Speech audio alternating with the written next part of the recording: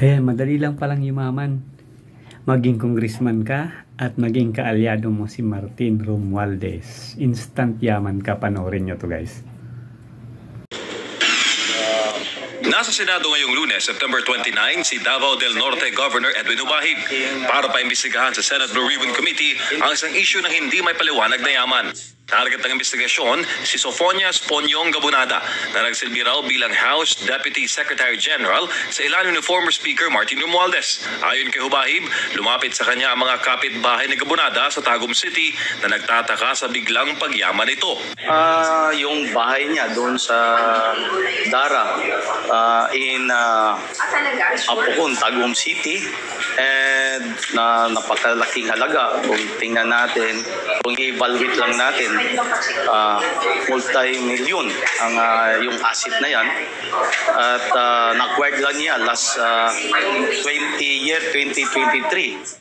Ang engranding property na ito sa Barangay Mapaang, Maco, Davao de Oro, iniulat din daw kay Hubahib na pag-aari umano ni Gabunada. Malaki ang nangyaring development. Parang 4 na eleganting bahay at may swimming pool na kinonstruct doon.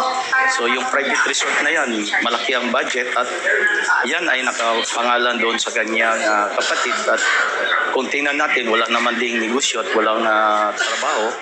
Bukod sa mga property, nakarating din sa gobernador na marami daw heavy equipment itong si Gabunada.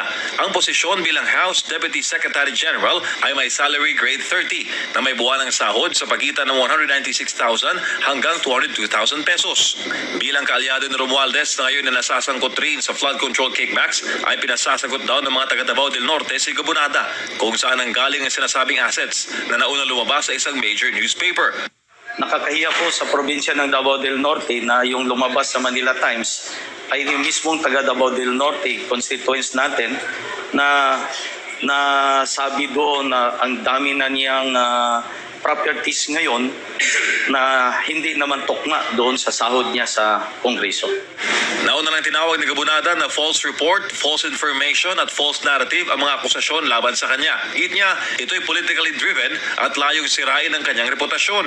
Nilino naman ni Hubahib na hindi ito pamumulitika dahil mismong si Pangulong Bongbong Marcos ang nag-utos sa kanila